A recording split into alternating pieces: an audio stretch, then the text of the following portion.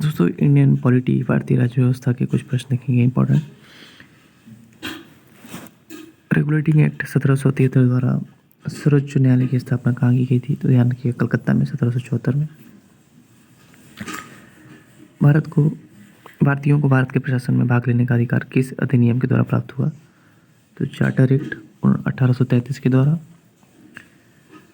भारतीय विधान परिषद को बजट पर बहस करने की शक्ति किस अधिनियम के द्वारा प्राप्त हुई?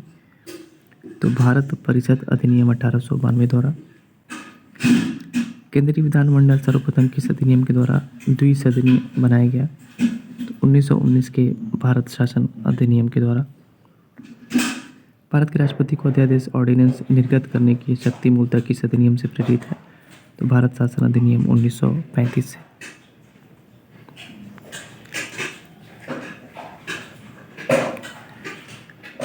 में यहाँ भारत का संवैधानिक विकास देख लेते हैं। ईस्ट इंडिया कंपनी के अंतर्गत और ब्रिटिश क्राउन के अंतर्गत। सर्वप्रथम ईस्ट इंडिया कंपनी के अंतर्गत regulating act 1773, Pitt's India act 1784, charter act 1793, charter act 1813, charter act 1833 और चार्टर एक्ट 1853। ब्रिटिश क्राउन के अंतर्गत देख लेते हैं भारत शासन अधिनियम 1858, भारत परिषद अधिनियम 1861, भारत परिषद अधिनियम 1892, भारत परिषद अधिनियम 1909, भारत शासन अधिनियम 1919, भारत शासन अधिनियम 1935 और भारतीय स्वतंत्रता अधिनियम 1947। केंद्र में द्वैध शासन व्यवस्था की किस अधिनियम के द्वारा लागू की गई थी? तो भारत शासन अधिनियम 1935 द्वारा।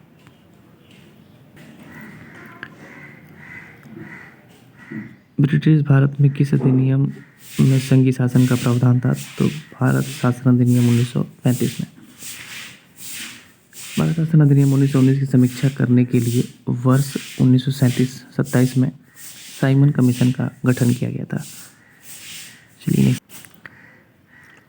अखिल भारतीय संघ स्थापित करने का प्रावधान किस अधिनियम में किया गया था? तो भारत शासन अधिनियम 1935 में। भारत के संविधान में केंद्र और राज्यों के मध्य किया गया शक्तियों का विभाजन 1935 पर आधारित है। एक निर्वाचित संविधान सभा द्वारा भारत के संविधान का निर्माण करने का प्रस्ताव किसके द्वारा किया गया था? तो ध्यान रखेंगे, क्रिप्स मिशन के द्वारा। भारतीय संविधान सभा का गठन किसके अंतर्गत किया गया था? तो ध्यान रखेंगे, कैबिनेट मिशन 1906 के अंतर्गत। कैबिनेट मिशन द्वारा प्रस्तुत योजना के अनुसार संविधान सभा में प्रांतों से प्रतिनिधियों का निर्वाचन किस अनुपात में था? ध्यान रखेंगे, 10 लाख की जनसंख्या पर एक सदस्य। भारतीय संविधान का निर्माण करने वाली संविधान सभा के सदस्यों का चुनाव किसके द्वारा किया गया था?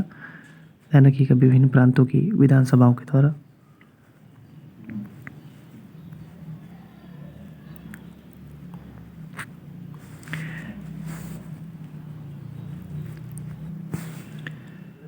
भारत की संविधान सभा की पहली बैठक कब हुई थी? तो 9 दिसंबर 1946 को।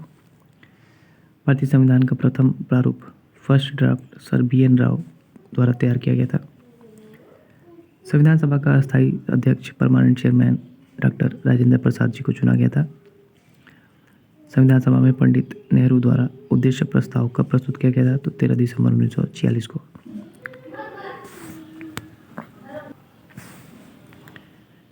नेहरू द्वारा प्रस्तुत उद्देश्य प्रस्ताव संविधान सभा में कब स्वीकृत हुआ? 22 जनवरी 1947 को। भारतीय संविधान के निर्माण काल में संविधान सभा के कुल कितने अधिवेशन हुए? 12।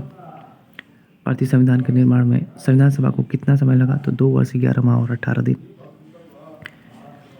भारतीय संविधान सभा के संवैधानिक सलाहकार कौन थे? तो सर BN राव। भारत की संविधान सभा के ने वर्तमान रूप में राष्ट्रीय ध्वज को कब अपनाया? तो 22 जुलाई 1947 को। संविधान सभा की प्रथम बैठक की अध्यक्षता डॉक्टर सच्चिदानंद सिन्हा अस्थायी अध्यक्ष ने की थी। ध्यान रखिएगा। भारत का संविधान कब स्वीकार किया गया? तो 26 नवंबर 1949 को। भारतीय संविधान पूर्णतः कब लागू हुआ था? तो 26 जनवरी 1950 को। संविधान सभा के बारे में थोड़ा देख लेते हैं। कॉन्स्टिट्यूएंट असेंबली 9 दिसंबर 1946 को। 9 दिसंबर 1946 को संविधान सभा की प्रथम बैठक हुई, जिसमें डॉक्टर सच्चिदानंद सिन्हा को अस्थायी अध्यक्ष तथा 11 दिसंबर 1946 को डॉक्टर राजेंद्र प्रसाद जी को अस्थायी अध्यक्ष चुना गया। संविधान निर्माण का प्रारंभ 13 दिसंबर 1946 को पंडित जवाहरलाल नेहरू द्वारा प्रस्तुत उद्देश्य प्रस्ताव ऑब्जेक्टिव रिजोल्यूशन से हुआ, जिसे 22 जनवरी 1947 को सर्वसम्मति से स्वीकार कर लिया गया।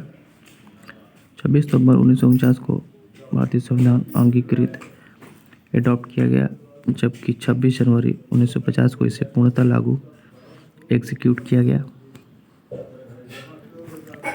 26 नवंबर 1949 को भारतीय संविधान किसके द्वारा अधिनियमित किया गया था? ध्यान रखिएगा, संविधान सभा के द्वारा।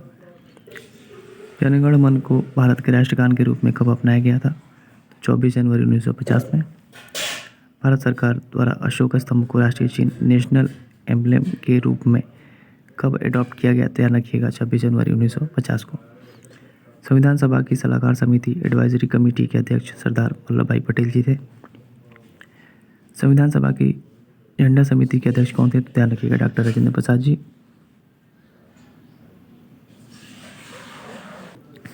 प्रमुख समितियां उनके अध्यक्ष संघ शक्ति समिति अध्यक्ष पंडित जवाहरलाल नेहरू जी, संविधान समिति अध्यक्ष पंडित जवाहरलाल नेहरू जी, प्रांतीय संविधान समिति सरदार वल्लभ भाई पटेल जी, प्रारूप समिति डॉक्टर भीमराव अम्बेडकर जी, मौलिक अधिकारों एवं अल्पसंख्यकों संबंधी परामर्श समिति सरदार वल्लभ भाई पटेल जी, प्रक्रिया नियम समिति डॉक्टर राजेंद्र प्रसाद जी, राज्यों के लिए समिति पंडित जवाहरलाल नेहरू जी, संचालन समिति डॉक्टर राजेंद्र प्रसाद जी।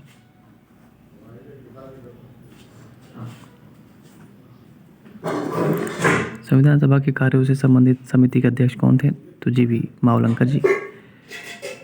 डॉक्टर बी.आर. अम्बेडकर की अध्यक्षता में संविधान सभा की प्रारूप समिति में 6 अन्य सदस्य थे।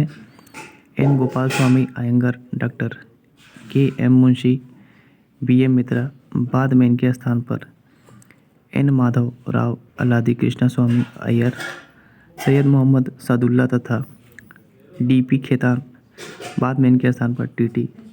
कृष्णमाचारी थे। संविधान सभा ने डॉक्टर बी.आर. अम्बेडकर की अध्यक्षता में प्रारूप समिति का गठन कब किया था? तो 29 अगस्त 1947 को। डॉक्टर बी.आर. अम्बेडकर का संविधान सभा में निर्वाचन किस प्रेसिडेंसी से हुआ था? तो बम्बई प्रेसिडेंसी 1947 से 50, ध्यान रखेंगे। पहले बंगाल प्रेसिडेंसी से 1946 से 47।